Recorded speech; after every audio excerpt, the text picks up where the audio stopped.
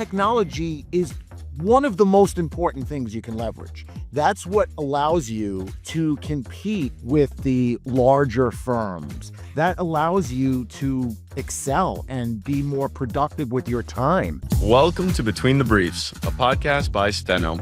We share practical tips and expert insights on the pre-trial process, court reporting, and legal technology to keep you updated on how technology is revolutionizing the litigation process and the wider legal sector. I'm your host, Adrian. Hello and welcome to Between the Briefs, brought to you by Steno. I'm your host, Adrian, and today we're excited to welcome David Fish, a highly experienced commercial litigation attorney and the chair of litigation at Romano Law PLLC. With over 27 years of experience, David has established himself as a strategic legal expert, providing counsel across the board in a range of industries, including sports, entertainment, and business. In addition to his successful legal career, David is a professor at New York Law School and a coach for the Goshen Center High School mock trial team. Showing his commitment to nurturing the next generation of legal minds, today we'll delve into David's journey in law, his role in commercial litigation, and how legal technology is reshaping the landscape of litigation and client management. David, welcome to the show. How are you doing today? Thank you. I'm doing well. It's been a productive week so far. I'm happy to hear that. You know, it's always good when you feel like you're starting the week off with a bang. It's a good feeling. So I kind of want to dive into it. You know, you've had a long and diverse career in commercial litigation. What initially drew you into this area of law? You know, beyond commercial litigation, I'm involved in a lot of other areas. And unlike probably many of the attorneys that I speak with that early on knew that they wanted to be a lawyer, I really wasn't sure, even as I approached law school. You know, I had a bunch of different interests, and I took a chance by applying to a few law schools, and I got into one that had an evening program. And that was appealing to me because I kind of wanted to be in the real world. I wanted to be an adult after college and have my own place. So it worked out really fortunately. I was able to get a job, full-time job at a law firm as a law clerk, paralegal, and go to law school at night. And the law firm that I worked at did primarily employer side labor and employment law. So I got really my footing in employment law, commercial litigation, certainly related to that in many ways. But I was, even in law school, I was ready to say, maybe there are other things for me. I wasn't certain. And my career has pivoted and changed quite a bit. And I tell my students this also all the time. There's so much pressure on people, young people that have no experience, to know what they want to do, right? That's one of the first questions we like to ask, like little kids, like, what do you want to be when you grow up? All they know from are superheroes and firefighters at that point, and maybe astronauts, right? And then we get to college and we're declaring a major, right? You have to do that, I think, a semester in or a year. Declare your major. How do you know what you're interested in at that point? You have no experience. So I try to impress upon people, whether it's you're in high school, college, law school, medical school, or you're 20 years into your career, you could change your mind. You could find a new interest. You could get bored with something, So how did I get into commercial litigation? That was your initial question. Sort of just by virtue of being exposed to it early on and being interested in litigation and finding it something that I enjoyed. It was stimulating, exciting. But I expanded into a lot of other practice areas as well. I went to law school after a 3-year break. You have a competitive sports side of you as well. I was racing Ironman triathlons for a few years, and then throughout law school, I also did your version of events in law school was mine too. I was around people who came out of the womb talking about plaintiff's work or being a public defender, and I was sitting there just trying to figure out what this meant for me. How did you? Now you're around students, so you see this up close with a new generation. How do you guide them? What kind of advice do you give them when it's a world that really does put pressure on you to know answers to everything and to know them assertively and confidently, and yet maybe they don't have them yet. Yeah, that's right. And we do. I spend a fair amount of time. I've been teaching drafting contracts for the last. I've been teaching. I think this is my 23rd year, but I think I've been teaching that course for the last 12 years or so. And I spend a lot of time not talking about drafting contracts, but just about what you're talking about, Joe, which is how do I navigate the next steps in my career, in my life personally? And I do emphasize what I just talked about earlier, which is you don't have to have it all figured out. And there's so much to that because you see so many of your peers having it quote unquote all figured out, right? So that creates that tension and that pressure, right? Um, and I also try to emphasize that exposing yourself to different things, to exploring areas of the law or business that you've never thought about is a really good idea because you just don't know yet what's going to become your passion. And I also try to tell them, I mean, just by virtue of getting a law school education and coming out with that degree, you are going to have options, right? Unless you do something really awful and screw things up terribly, you're going to have options. It's not like you're going to be, unemployed without options. But I also understand it's easier said than done, or easier said than adopted by a student that has all different kinds of pressure. Um, but I do largely speak from experience because I did not have a lot of certainty as far as regarding what I wanted to do while I was in law school, even a little bit after law school. And I continued to change as things became dry or uninteresting, or I found a new passion. So you hope they understand that. But to your point, Joe, like there's so much pressure on students in particular to have it figured out. And I think it's a shame that we do that. So as a professor, how are you dealing with the rapid changing environment, right, that's going on right now in law? I see a lot of legal technology being used in the field, and you got to kind of keep up with this wave in order to pass it down to your students. How do you go about that? Well, first, I do try to stay with the trends, which is challenging because I have so many other things going on. But I do understand the importance of staying up with those trends. Eh, For one part, when you're a solo practitioner, which I was for a while, and now by New York City standards, still in a very small firm. I think we can do battle with any firm out there, but just number wise, we're certainly a small firm. Technology is one of the most important things you can leverage. That's what allows you to compete with the larger firms. That allows you to excel and be more productive with your time. So I think it's critically important. And to that point, you mentioned the students. I give them their assignments, and it's generally writing three contracts and critiquing another contract. And I give them their first contract, and this has only been obviously when I tell you for the last year or so. Well, first they've always told them, go out there when you're drafting your contract and look for samples, look for forms. And even at that, at the beginning, they're sort of surprised. Like, isn't that plagiarism? The only plagiarism here is you not doing the work yourself, having someone else do it for you.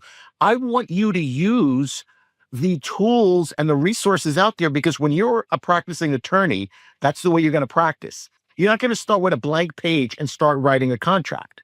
This isn't the 1700s. I want to teach you to practice the way you're going to practice. And that goes also to AI. I tell them, feel free to use AI. And they seem shocked, like it's like maybe it was like a dirty secret that they were going to use it. And I tell them, use AI. Let me know what prompts you put in there. And maybe I can help you, draft more appropriate prompts or secondary prompts to get the product that you want. I think it's so important to teach students to use the technology out there and adapt to what's really going on. And so many classes are taught in such a, I don't know if the right word is esoteric way or theoretical way and not a practical way. And I want them to succeed as much as possible when they step out of my classroom. I don't want them to have to relearn how to actually practice. And my opinion, not enough time is spent in all classes about how this really applies. How are you going to use these things, you know? So on that front, because I teach a practical trial skills class as well, and so I agree with you, right? It's one thing for them to leave a procedure class and talk about the way things are done, and then it's another thing to send them into a courtroom and say, okay, now let's see how it's really done. One thing I'm interested in from your perspective, David, is okay. So you've obviously got this extensive practice that did not involve the technology that has definitely recently emerged with AI. So you have this skill set, you have a sort of a thought process that now AI is built on top of, or is building on top of.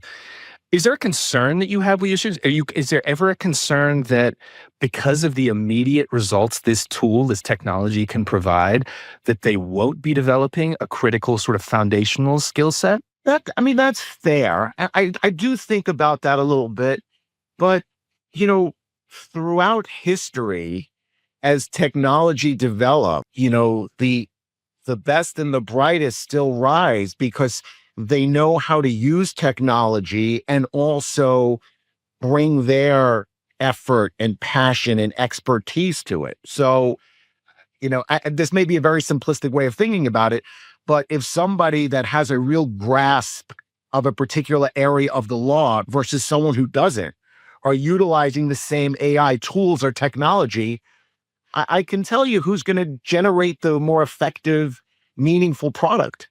I think it's going to be interesting as time goes on, as research is done, how we're using our brain differently, right? And I'm assuming there will be some impact on, people getting stronger in certain areas and maybe losing some of the skills that got us here.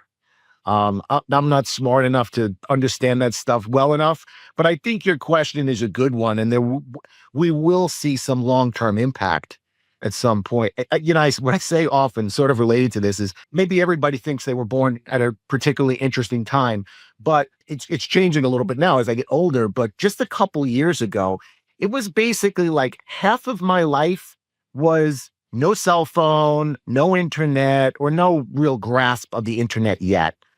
And half of my life is cell phone technology and all of this. And it's, I don't know why or how that might make me different than other people that have never had this technology, or, my 3-year-old upstairs that knows how to navigate the iPad better than I do right now. So, it's interesting. I don't know. It might be beyond my lifetime when we really see the impact on the brain and creativity and other things because of this technology. But I will remain steadfast unless I'm proven otherwise that you need to stay up to date with these trends. You need to leverage technology.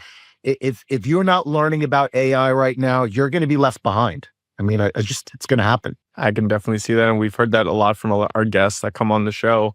I want to actually ask you about the entertainment law field, the sports and entertainment. What is one part of this subsect of legal that has kind of surprised you? Once you dug your teeth into it and learned more about it and really practiced a lot, what makes it so different than other forms of law? Well, I'll start by saying that my role, or the work that I do in sports and entertainment, is only a small piece of the bigger pie of sports and entertainment. Our firm, Romano Law, really covers all aspects of entertainment and sports law. I say that there's no such thing as sports law or entertainment law, really. There are elements that relate to those fields. My work primarily has been contracts, negotiating contracts, drafting contracts, whether it be athlete contracts with promotions, athlete contracts with sponsors or other vendors, largely transactional. Very little litigation relating to that. It's changing a little bit now because now at Romano, I'm brought in when there are dispute or even pre-dispute matters to get my take on sort of what the end game looks like if this does go forward to a litigation. Most of my work has been, negotiating these deals. I don't know, like what's surprising. What I will say is that creatives, artists, athletes, their brains are different than lawyers, accountants, and others, and not better or worse, just different. And sort of connecting with them and me understanding their focus, their goals and needs, and getting them to understand as much as really practicable, the way things work, for lack of a better way to put it. Dealing with promotions and dealing with sponsors and vendors and others, that sometimes can be challenging. And I don't want to paint with a completely broad brush. I don't want to suggest that every MMA fighter that I've represented is the same in personality, but there is sort of a similar kind of approach, tone, types of concerns. Yeah, I think my 3-year-old just woke up because the cat just came down here. So we may be dealing with animals and youngins in a moment. David, given that what you just said, right? Like sports law, is and entertainment law, it's a combination of so many different things, like from labor law to contract negotiation, whatever it might be. Immigration, Yeah. there's so much. Yeah. Okay, so then you were talking actually in your answer, which was really fascinating to me. You didn't actually really mention anything about the skill set of an attorney there. You weren't talking, I mean, maybe it was implicit in your answer. You've got to be good at those skills. But the thing that you talked about being really good at were the sort of the softer skills, like how do I read this person? How do I connect with them? How do I understand their motivations?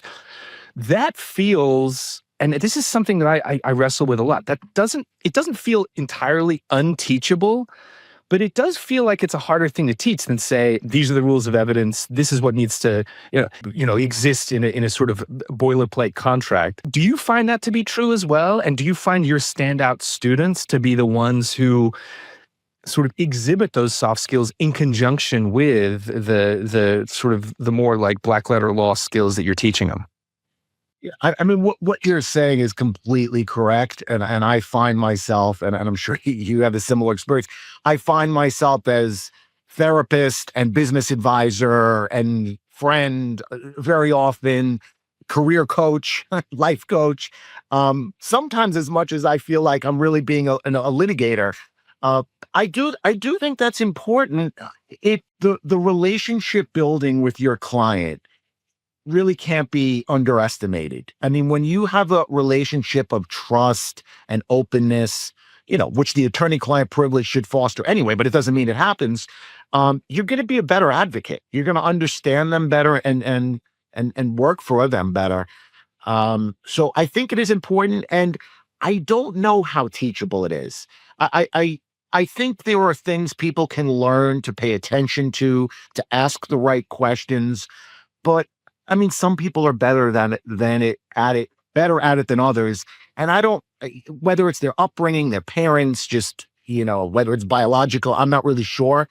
But that is an important trait. And I think it's a distinguishing factor in more of the business success side of it. You're more likely, I think, to build your firm, build your business, build your client base if you have those skills.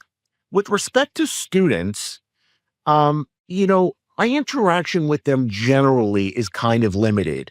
And outside of some class discussion, more the way I really can evaluate them is based on their papers. I'm grading their papers, right? And I see students of varying personality types do particularly well. And I mean, I think that's probably going to lead to where they land in a career. Right. There are people that are great at and very satisfied with being in their office, doing research, analyzing problems, and writing outstanding briefs. And then there are the attorneys that are on the front line. They're going into the courtroom. They're meeting clients. They're working on business development. And I think a successful firm has people with all of those skills. You need your rainmakers, and you need your brilliant legal analysts and writers. You need it all. So that goes back to the beginning point. I mean, I think if you have the effort and the care and you get the education, there's a place in the legal field for just about anybody, because there are so many different needs. Definitely are. Now, David, I wanted to ask you about Romano's Law's kind of take on litigation. That's really just being proactive with its clients. How do you teach that proactivity to your clients? Because it's kind of a tough thing. I know most people usually seek a lawyer in a reaction type of state where something already happened. Now they need a lawyer. So how do you really teach this proactivity? Yeah, and we really do emphasize it, and it's so important. To what you say. One of my partners at the firm, literally yesterday, I think he said something that, you know, in talking to particularly existing clients, do you want me to be a doctor or do you want me to be a firefighter? Right? Meaning you could come in for checkups regularly and we can talk about things and we can, pinpoint areas of need or areas of potential risk. It's not super exciting. It costs you a little bit of money, but when you wait for the fire, wait for the explosion, you want to talk about costs and disruption and um, things that you kick yourself to say, wow, this could have been avoided if I had Dave review my employment agreements, if I had someone look at the restrictive covenants, if I had someone do a analysis of do I have all the appropriate insurance policies in place. Um, so it's really important. Um, in fact, for a lot of our clients, we provide them sort of with these annual checkups. We really pretty much call it that, where we'll come in complimentary and we'll ask you a bunch of questions about your business and your goals and how things are going. And very often we'll flag some things that might not even be immediate acute problems, but things that we suggest that we need to get on and maybe revise. And sometimes we go through it and their business is running well. But yeah, it's that thing that you say, wow, if I just spent a little time and a little money here, none of this would have happened. And some of these problems are huge. I mean, the things that are current now, I don't want to get too much into the weeds, but like paying your record keeping with your employees regarding wages and proper classification of employees, independent contractor versus employee. It doesn't take a tremendous heavy lift to do an audit of an employer's books and see that they're doing these things right, right? Might only be a few hours, right? When you do this wrong, the penalties that you can be hit with as a small business, I've seen hundreds of thousands of dollars in penalties assessed against small businesses where they really just have to go out of business for problems that were so correct. So that preventative law, that's what I call it in class. Preventative law should be practiced in all fields. That's, and it's not exciting. I talk with my students about this too. It's not exciting to go in and audit somebody's contracts and let them know how things are going. It's much more exciting to be giving your summation at trial after they're sued. But that's not better lawyering. Better lawyering is not getting to court. As a chair of the litigation department, I'm constantly saying litigation should be the absolute last resort. It's when you have no other option or avenue that you want to be in a court where the outcome is uncertain. Judge, jury, your adversary. Wild things happen. I love that you said that one thing. Better lawyering is not getting to court. And it's very true. Yeah, that's so interesting. I mean, and the concept of what goes into better lawyering, because we do have this sort of like glamorous version of walking down the courthouse steps after a really successful week-long or months-long trial, and that's sort of the image of a good attorney. But I'm in the same mindset, like teaching students that sometimes the best victory you have is something that doesn't wind up on another docket because of the way that you handled it and the strategy that goes into that. David, so I'm kind of curious on your take on this too. I guess maybe this would be more entertainment, sports. I'm not really sure, but my practice primarily now is on the criminal side. So I get phone calls all the time from people who are like wanting to ask my thoughts on, true crime podcasts. I'm wondering what your version of this is too. Like, when someone's a big athlete or something, there's ongoing contract negotiations and there's like broadband discussion about what's going on behind the scenes or assumptions being made about what's going on. I'm curious, like, what people like, if you see things like that differently, and if people sort of rope you in to get your take on things that are happening in a more sort of like, widespread level. Sure. No, no. People certainly do. And I do some criminal defense as well. And I get the same questions when the Menendez brothers documentary comes up, or a new OJ Simpson documentary comes up. Yes, I get that. People do ask me in particular about sports, because I was so embedded in the mixed martial arts community for a while. I've cornered athletes at the UFC and other major promotions. I've been with them for fight week. I do know what goes on behind the scenes. So a lot of the questions are, trying to pick at that and find out the sort of the secrets behind the scenes. And to the extent that I'm not revealing anything that is privileged or confidential pursuant to some contract, I'm happy to talk about it. And yeah, I mean, in particular, students, although sometimes adversaries and court personnel know what I've been doing, they like to talk about it. They'll try to grab my ear for 15 minutes or for a coffee and ask me about, particular athletes or how things really work behind the scenes, or a particular referee. And I enjoy talking about it. I'm much less professionally involved now in the mixed martial arts community, but still have enough ties to it where, I enjoy it. So I'm happy that I still have some, coals in the fire, but it's much less of what I do right now. And so in that vein, I'm curious, could you give one or two real misconceptions about like the way people think this thing actually goes, contract negotiations for athletes, and then actually, dispel that rumor? Yeah, well, I'll start with this, that mixed martial arts, despite the fact it has grown exponentially over the last several years, one of the faster growing sports in the world, and starting to grow in different regions around the world. The athletes are not paid the way they are in other sports, in like the stick and ball sports and the, baseball, hockey, football, basketball. They do not have a union. There's no collective bargaining. Each athlete on their own or through their representatives is negotiating with the promotion. And it's a very, very difficult way to make a living. And listen, before you get to it, we'll use the UFC because they're the king still. I don't know that that's going to change in a long time.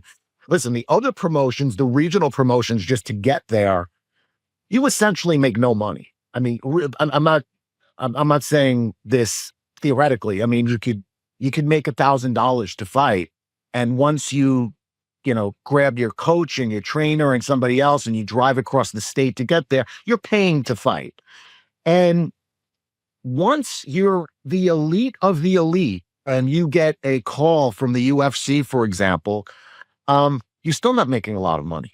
This is the reality of it. And this stuff isn't particularly hidden. I mean, most starter contracts, your first contract, your first fight is what's sort of called 10 and 10. You get 10,000 to appear, to make weight and fight within the rules. And then if you win the fight, you get another 10,000. Now, to a young athlete, a teenager, that might seem like a lot of money. But when you get that first contract, and then they tell you that as a New Yorker, your first fight is going to be in New Zealand, or it's gonna be in Australia, and you're flying your coaches, and they only cover, one additional flight. After you fly your team over there, you're similarly not really making any money. And it's not until you are into your second or third contract that I think you could really make a living. And I'm not saying get rich, make a living exclusively doing that. So many of these athletes are working a second or third job, which takes away from the time to dedicate to your main job, right? Takes away from your sleep, your ability to get the right nutrition, your ability to do extra, to be in the gym, So it's a very, very difficult life. And until there is a union, presumably at some point there will be, but right now there is not a lot of progress toward it. It's a really, really tough way to make a living. And listen, there are your exceptions, right? Your Ronda Rousey, Conor McGregor, those are outliers. They are so far outlying to what the average mixed martial artist earns. So similar to what we were talking about earlier, I think to be an effective representative in that area, you have to be talking to them about many things other than mixed martial arts, right? They're planned forward, sometimes helping them to secure other jobs while they're training. Thinking about family planning, financial planning, just sort of, I think a good representative of these athletes really thinks 360. And yeah, I mean, and even the athlete representation that I've done out of combat sports, I represented some NFL players briefly.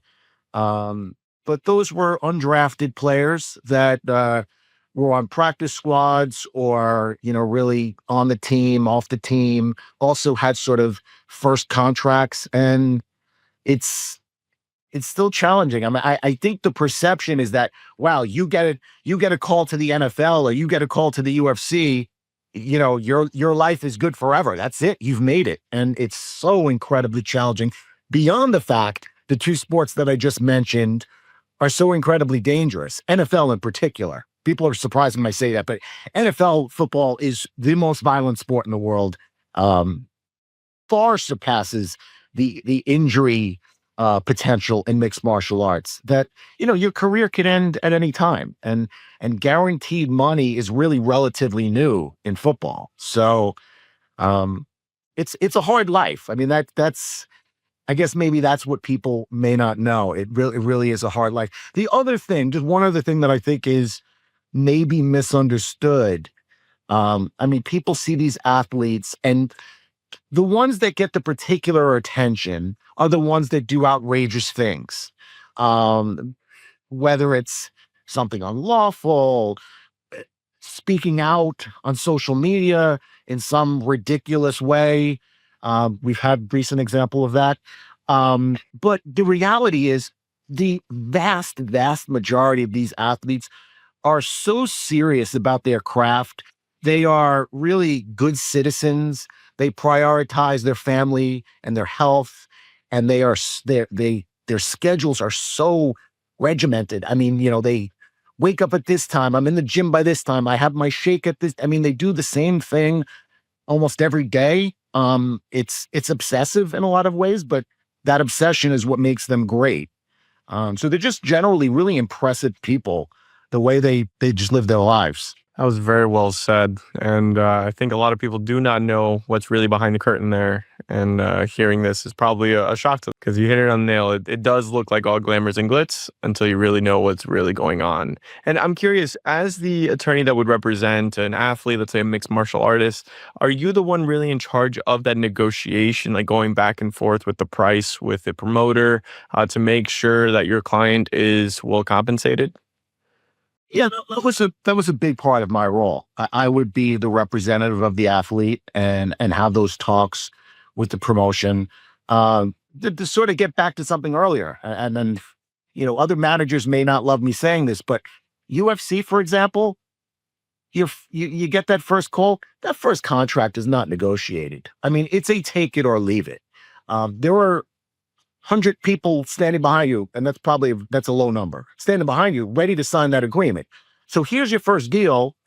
A lot of the work on that initial contract is really educating the client about the terms of the agreement and helping them comply with all those things and assisting with medicals and licensing and other obligations they may have.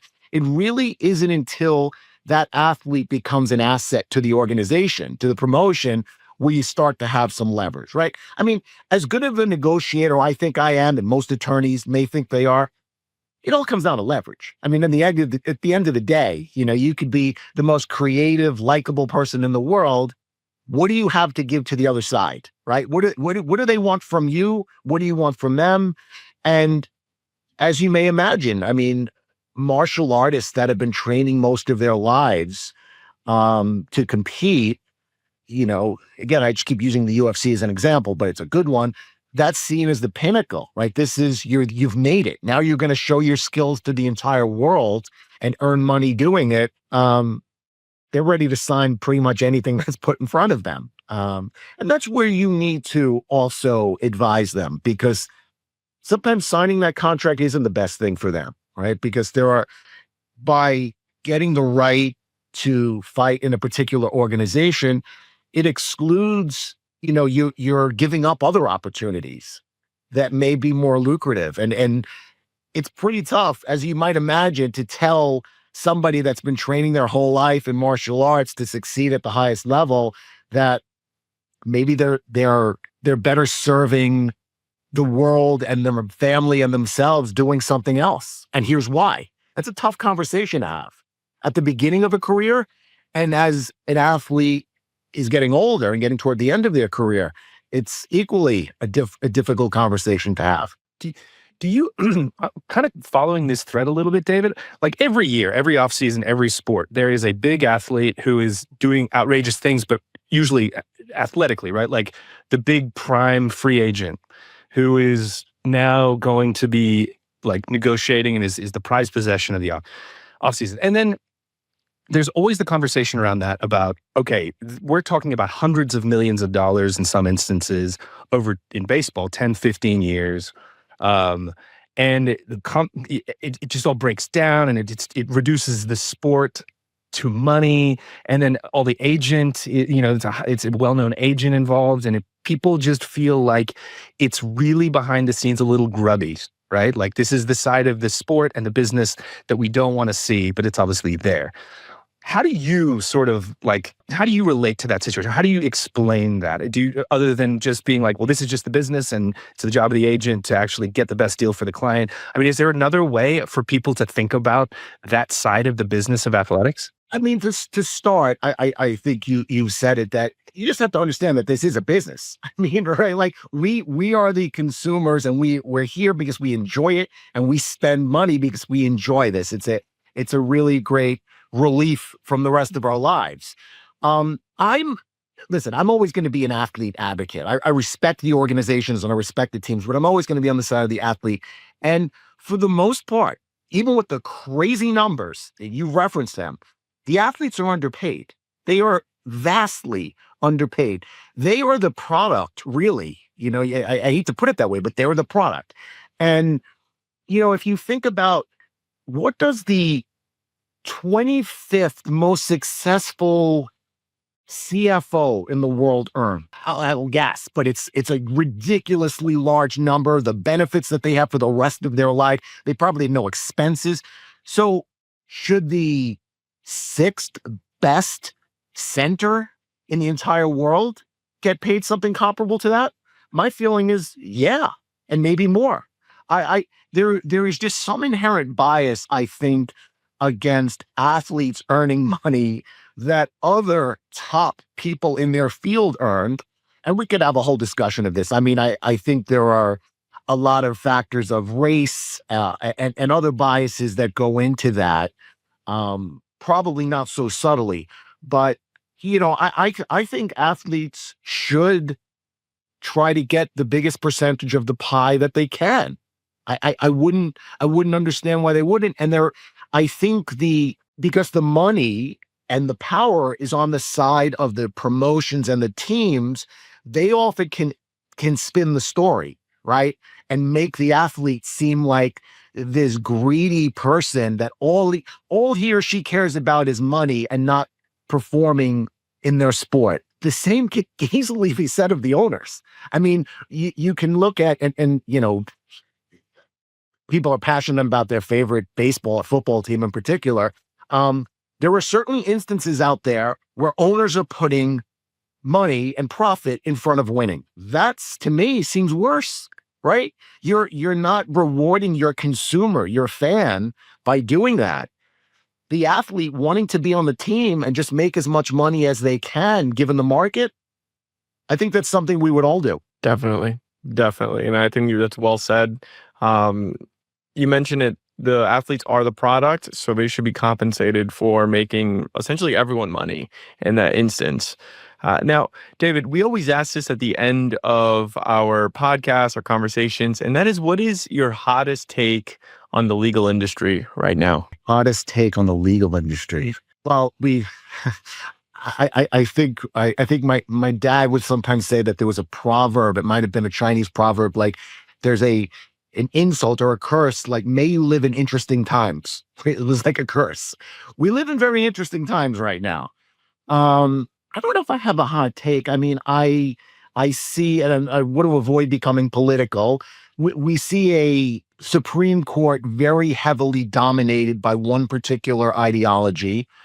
Um, and I think we also see a lot of the lower courts also being filled with judges with a particular ideology. But what I'll say is, with all of that, I've had the opportunity to be in front of a bunch of fairly newly appointed federal judges, and mine, largely in New York, so I'm looking at the Southern District of New York and the Eastern District of New York, and I have been so heartened and happy and just have such hope given this new breed of judges. Um, Many of them younger than me. But just the intelligence, the attention, the civility, um, that I haven't seen often from a lot of the much older judges when I started practicing. It actually gives me a lot of hope that there are a lot of really caring, intelligent minds now sitting on the bench. That's been my recent experience. And if I told myself that, I don't know the right way to say it. If my 2-year younger self, my 2-year younger self would have believed that or predicted that, I guess is the way to put it. So I don't know if that's a hot take, but it's something that I've been pleased to see, and I hope it continues. Yeah. It's a great take. I think that really does feel a sense of optimism there, and it's a good one. Well, Joe, do you have any other questions? No, I'm good, David. I really appreciate the conversation. Likewise. Thank you so much for joining us here today, David. And for all our listeners, thank you so much for tuning in. And as always, we'll catch you on the next one. See you soon. Up next on Between the Briefs. We are in the country that incarcerates the most number of people in the world, and I work on the outside mostly. But I spoke about marginalization of young people. They can't vote, they can't run for office, they can't make campaign contributions, and yet they can work. They can be incarcerated for decades, right? We have huge hypocrisies in terms of how our law relates to young people. For those young people who are mobilizing, academics and practitioners, we often silence them by trying to speak for them. And so that's another sort of area. And then the third I think I spoke about was access to justice. Stay tuned for the full interview coming to you soon. Between the Briefs is brought to you by Steno. To find out more about Steno and how we combine exceptional court reporting and litigation support services to deliver a superior litigation experience, visit steno.com. That's STENO.com. And then make sure to search for Between the Briefs in Apple Podcasts, Spotify, or anywhere else you get your podcasts, and click subscribe so you don't miss any future episodes. On behalf of the team here at Steno, thanks for listening.